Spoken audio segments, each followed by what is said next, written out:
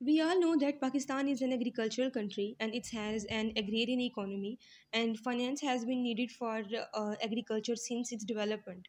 सो पाकिस्तान बनने के बाद हमारी एग्रीकल्चर सेक्टर पर इतनी ज़्यादा जो है वो फोकस नहीं किया गया। हमने स्टार्टिंग पे जो है वो अपनी इंडस्ट्री पर ज़्यादा फोकस किया, और चूंकि हम इंडस्ट्री में अपने आप को कभी भी एक्सेल नहीं कर पाए, तो एक टाइम गुजरने के बाद हमने ये रियलाइज़ किया कि there should be a proper system for agriculture, ताकि हम एग्रीकल्चर सेक्टर के लोगों को जो है उनके डेवलपमेंट के लिए कोई कंपनी बना सकें।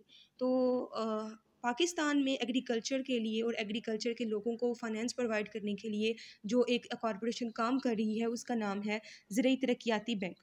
ये हमारी नेक्स्ट कॉरपोरेशन है, नेक्स्ट स्पेशलाइज्ड फाइनेंशियल इंस्टीट्यूशन है पाकिस्तान की, ज़राई तरक्याती बैंक। अगर इसके थोड़े से इंट्रोडक्शन के बारे में देखा जाए तो ज़राई तरक्याती बैंक जो है, जिसका दूसरा नाम एग्रीकल्चर डेवलपमेंट बैंक भी है, एक फाइनेंशियल इंस्टीट्यूशन है जो कि पाकिस्तान में एग्रीकल्चर सेक्टर के डेवलपमेंट के लिए काम कर रही है। ये फाइनेंशियल सर्विसेज और टेक्निकल दोनों तरह की सर्विसेज हमारे फार्मर्स को प्रोवाइड करती है। ठीक है, ज़राई तरक्याती बैंक को फर्दर स्टडी करने से पहले हमें इसकी थोड़ी हिस्ट्री पता होनी चाहिए। जैसे मैंने आपको बताया कि फ्रॉम इंडिपेंडेंस हमने ज़्यादा फोकस जो है वो इंडस्ट्री पर किया, हमने एग्रीकल्चर सेक्टर पर ज़्यादा फोकस नहीं किया। उस वजह से जो है ज़राई तरक्याती बैंक की बजाय हमने एक कॉरपोरेशन बनाई। हम इसकी हिस्ट्री थोड़ी देख लेते हैं। जो हिस्ट्री को डिस्कस करते हैं कि सबसे पहले पाकिस्तान में जो एग्रीकल्चर को डेवलपमेंट के लिए एक कॉरपोरेशन बनाई गई, उसका नाम था एग्रीकल्चर डेवलपमेंट कॉरपोरेशन, जो कि 1951 में जो है इस्टेब्लिश की गई थी। और इसका काम था कि ये फाइनेंशियल फैसिलिटीज़ प्रोवाइड करे for the development and modernisation of agriculture. उसके साथ साथ जितनी भी एग्रीकल्चर के दूसरे सेक्टर्स होते हैं, जैसे कि फॉरेस्ट्री है, फिशरीज़ है, एनिमल हस्बेंड्री है, पोल्ट्री है या डेयरी फार्मिंग है, टोटल जो ओवरऑल हमारे पास एग्रीकल्चर होता है उस सब के डेवलपमेंट के लिए। एग्रीकल्चर में सिर्फ फसलें उगाना ही नहीं आता, बल्कि इसमें और बहुत सारी चीज़ें आती हैं। तो जो 1951 में कॉरपोरेशन बनाई गई थी, उसका मेन पर्पज़ था कि ये फाइनेंशियल फैसिलिटीज़ और डेवलपमेंट के लिए काम करे। उसके बाद इस कॉरपोरेशन के साथ साथ हमारे लिए एक और जो है ऑर्गेनाइजेशन बनाई गई, जिसका नाम था एग्रीकल्चर डेवलपमेंट बैंक, जिसको इस्टेब्लिश किया गया था सितंबर 1957 में। और इसको बैंक के तौर पर जो है वो फॉर्मुलाइज किया गया था, बैंक के तौर पर जो है इसको इस्टेब्लिश किया गया था। और इसका मेन पर्पज़ था ताकि हम अपने फार्मर्स को क्रेडिट प्रोवाइड कर सकें, लोन प्रोवाइड कर सकें, कैश में भी और काइंड में भी। उसके अलावा अपने फार्मर्स को warehousing facilities, storage facilities, उसके अलावा कोऑपरेटिव सोसाइटीज़ बनाई इनके लिए, और बॉडीज़। बेसिकली ये जो काम है लोन प्रोवाइड करना या वेयर हाउसिंग फैसिलिटीज़ प्रोवाइड करना, these were primarily for the agriculturalist only. Starting पे इनका काम जस्ट एग्रीकल्चरलिस्ट को ही ये सारी चीज़ें प्रोवाइड करना था।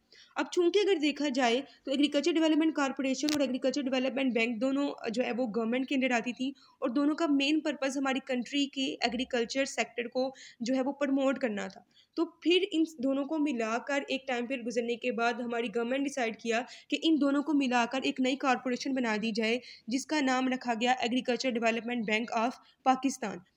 उसके बाद जो हमारा एग्रीकल्चर डेवलपमेंट बैंक था, चूंकि ये दोनों कॉरपोरेशन पाकिस्तान में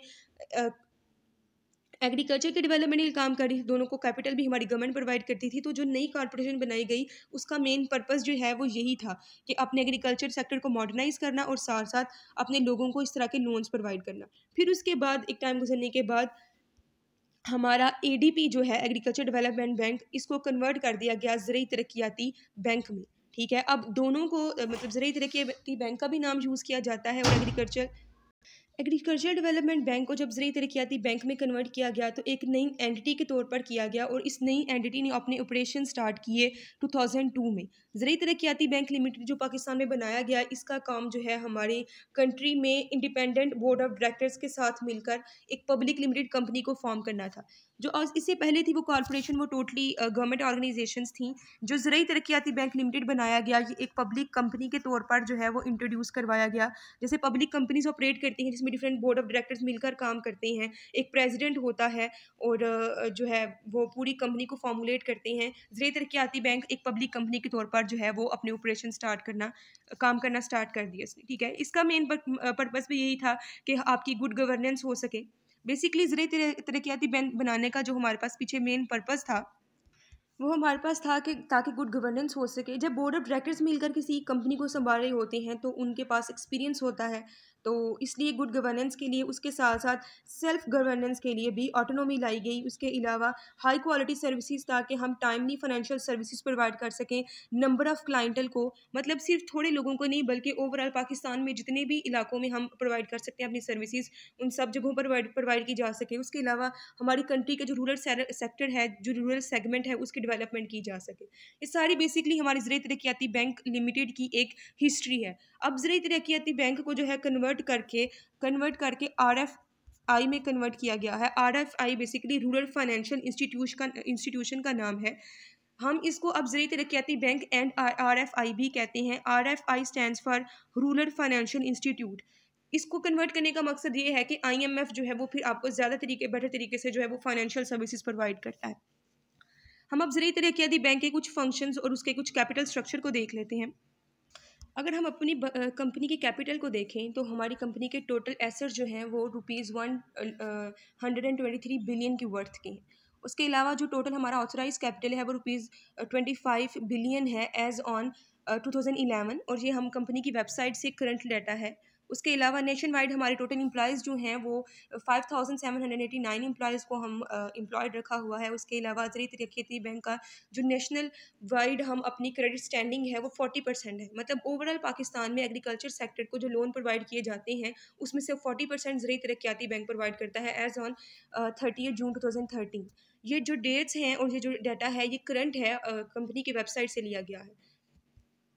उसके अलावा अगर हम इसके बारे में फ़र्दर इन्फॉर्मेशन लें तो ये पाकिस्तान की सबसे बड़ी RFI है। उसके अलावा ये affordable rural agriculture, financial and non financial services provide कर रही है। फाइनेंशियल मतलब ये लोन्स भी देती है, नॉन फाइनेंशियल मतलब लोन देने के साथ साथ आपको जो है वो सर्विसेज प्रोवाइड की जाती हैं। आपको मैकेनिज़्म प्रोवाइड किया जाता है कि किस तरह से आप जो है वो काउंसलिंग सर्विसेज दी जाती हैं, ठीक है।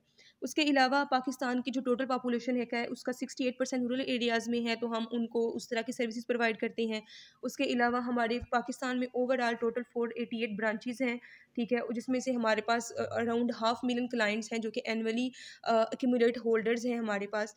उसके अलावा उसने बाकी सारा कुछ भी एक्सप्लेन किया है कि एवरेज लोन साइज़ जो हम प्रोवाइड करते हैं वो रुपीज़ जो है वो 1,62,331 का है, जिसमें से हम 68% इकोनॉमिक लोन्स प्रोवाइड करते हैं, 29% लार्ज जो है ग्रोवर्स उनको प्रोवाइड करते हैं, एंड 3% जो है वो हम अपने सब्सटेंस को प्रोवाइड करते हैं। जिसने रिस्पेक्टिवली हर चीज़ को एक्सप्लेन किया है, ठीक है। ये हमारी बेसिक जो इन्फॉर्मेशन थी हमारे ज़राई तरक्याती बैंक के बारे में। अगर मैं आपको इसके फंक्शंस के बारे में बताऊं, और फंक्शन से पहले हम इसकी मैनेजमेंट को देख लेते हैं कि ये एक कॉरपोरेशन है, एक कंपनी है और कंपनी की तरह काम करती है। तो इसमें कितने जनरल डायरेक्टर्स हैं और किस तरह से इसके बोर्ड ऑफ डायरेक्टर्स जो है वो कंसिस्ट करते हैं। बैंक की मैनेजमेंट है टोटल 12 मेंबर्स के हाथ में। इन 12 मेंबर्स में हमारे पास जो है एक है चेयरमैन, उसके अलावा 2 जो है वो गवर्नमेंट के ऑफिसर्स हैं। एक हम मिनिस्ट्री ऑफ फाइनेंस से चूज़ करते हैं, दूसरा हम ministry of goods and agriculture से चूज़ करते हैं। उसके अलावा 4 ऑफिसर्स ऑफ प्रोविंशियल गवर्नमेंट के होते हैं। चारों प्रोविंसी से 4 तरह के ऑफिसर्स जो है वो सिलेक्ट किए जाते हैं। उसी तरह से 4 नॉन ऑफिशियल सेलेक्ट किए जाते हैं चारों प्रोविंसी से। और उसके अलावा जो है एक मेंबर होता है हमारे पास स्टेट बैंक ऑफ पाकिस्तान का, जो कि स्टेट बैंक ऑफ पाकिस्तान को रिप्रेजेंट कर रहा होता है। ये टोटल मेंबर्स हैं जो कि हमारी बैंक को एज अ कंपनी जो है वो ऑपरेट कर रहे होते हैं। इन सब के हाथों में हमारी कंपनी की जो पावर्स एंड वैल्यूज़ हैं वो इंटरेस्टेड हैं। बैंक का प्राइमरी फंक्शन है इशुएंस ऑफ लोन। ये पाकिस्तान में हर तरह के लोन प्रोवाइड करता है, वो चाहे शॉर्ट टर्म हो, चाहे वो मीडियम टर्म लोन हो, चाहे वो लॉन्ग टर्म लोन्स हो। अगर मैं शॉर्ट टर्म लोन्स की बात करूं तो शॉर्ट टर्म लोन्स प्रोवाइड किए जाते हैं 3 to 18 मंथ्स के लिए, और इनका मेन ऑब्जेक्टिव होता है सीड्स और एग्रीकल्चर मेडिसिन वगैरह परचेज़ करना। क्योंकि शॉर्ट टर्म जो है वो 3 या 18 महीने तक के लिए होते हैं, और इसमें सिर्फ और सिर्फ आप अपने सीड्स और एग्रीकल्चर मेडिसिन वगैरह परचेज़ कर सकते हो। अगर मैं मीडियम टर्म लोन की बात करूँ तो मीडियम टर्म लोन की जो ड्यूरेशन है वो 18 मंथ से लेकर 5 ईयर्स तक की होती है, और इनका काम होता है कोई भी एग्रीकल्चर इक्विपमेंट परचेज़ करना। अगर कोई भी फार्मर एग्रीकल्चर इक्विपमेंट परचेज़ करना चाहता है तो उसको मीडियम टर्म लोन प्रोवाइड किया जाता है। और उसके अलावा लॉन्ग टर्म लोन जो कि 5 साल से ज़्यादा अरसा के लिए आपको दिए जाते हैं, और ये लोन दिए जाते हैं रिलेटिंग टू इरीगेशन या फिर कोई दूसरी फैसिलिटीज़, ताकि फसलों को जो है वो लंबे अरसे तक के लिए बेनिफिट प्रोवाइड किया जा सके। ये बेसिक फंक्शन है हमारे एग्रीकल्चर बैंक का कि वो short term, medium term and long term loans provide करता है, और साथ साथ में असिस्टेंट प्रोवाइड की जाती है कि शॉर्ट टर्म जो है वो आप किस पर्पज़ के लिए यूज़ कर सकते हो, मीडियम टर्म किस पर्पज़ के लिए, और लॉन्ग टर्म किस पर्पज़ के लिए यूज़ कर सकते हो। उसके अलावा इंपॉर्टेंट ऑफ एग्रीकल्चर इंस्ट्रूमेंट जो है, इसमें हमारे पास डिफरेंट जो है वो आ जाते हैं इंस्ट्रूमेंट्स, डिफरेंट मशीन्स हैं हमारे पास, जिसमें हमारे पास ट्रैक्टर्स आते हैं, ये ऊपर हमारे पास ट्रैक्टर्स हैं, फिर हमारे पास थ्रेशर्स आते हैं, और उसके बाद हमारे पास इरिगेशन के लिए डिफरेंट मशीन्स होती हैं। पाकिस्तान में इरिगेशन का भी कोई प्रॉपर सिस्टम तो नहीं है, इसमें ट्यूबवेल वगैरह को यूज़ किया जाता है, लेकिन अब हम मैकेनिकल इरिगेशन को प्रमोट कर रहे हैं ताकि फार्मर्स के लिए इस तरह की मशीन्स को इंट्रोड्यूस करवाया जा सके। बैंक की जो है प्रॉपर ड्यूटी जो है वो यही है कि एग्रीकल्चर सेक्टर की डेवलपमेंट, उसके अलावा ये जनरल ड्यूटीज़ भी परफॉर्म करता है। जिस तरह कन्वेंशनल बैंकिंग है, अब इसने कन्वेंशनल सर्विसेज को भी स्टार्ट कर दिया हुआ है, जैसे कि ये कस्टमर से डिपॉजिट्स को एक्सेप्ट करता है, उसके अलावा जो है लॉकर्स प्रोवाइड करता है सेफ्टी ऑफ वैल्यूएबल गुड्स और डॉक्यूमेंट्स के लिए, उसके अलावा काउंसलिंग करता है अपने जो है वो जो लोन्स प्रोवाइड किए जाते हैं उनको किस तरह से यूज़ किया जाए और किस तरह से उनको बेटर यूटिलाइज़ किया जा सकता है उसकी, और उसके अलावा स्टाफ की, बैंक की स्टाफ की ट्रेनिंग के लिए भी ये काम करता है। ये वो सर्विसेज हैं जो कि कोई भी बैंक परफॉर्म करता है, यानी कि जनरली हमारा ज़राई तरक्याती बैंक एग्रीकल्चर सेक्टर के साथ साथ एक कन्वेंशनल बैंकिंग को भी थोड़ा बहुत प्रमोट करता है। अब मेन ऑब्जेक्टिव्स की तरफ आ जाते हैं। ये जो ड्यूटीज़ हैं ये तो हमारे पास एक सिंपल बाकी बैंक्स में परफॉर्म करते हैं। हमारे जो बैंक है उसकी मेन ड्यूटीज़ क्या हैं उसको हम स्टडी करते हैं अब। एग्रीकल्चर सेक्टर के जो ज़राई तरक्याती बैंक के बेसिक ऑब्जेक्टिव्स हैं उसमें सबसे पहला है हमारे ज़राई तरक्याती बैंक का ऑब्जेक्टिव कि ये एक जो है ऑपरेट कर सके फाइनेंशियली एंड ऑपरेशनली पाकिस्तान की बेस्ट RFI के तौर पर, ताकि हम जो पाकिस्तान के रूरल एरियाज़ हैं उनमें भी ऐसी इंस्टीट्यूशंस कायम कर सकें जो कि रूरल एरियाज़ के लोगों को लोन प्रोवाइड कर सकें। दूसरा हमारा बेसिक ऑब्जेक्टिव है कि हम रूरल कम्युनिटी को असिस्ट करते हैं, उनको डायरेक्ट करते हैं कि how to use the loans, how to raise their productivity, उनके इनकम लेवल को कैसे जो है वो बढ़ाया जा सके, उसके अलावा उनको क्रेडिट की डिलीवरी टाइमली कैसे पहुंचाई जा सके, उसके अलावा उनको प्राइमरी सर्विसेज कैसे दी जा सके।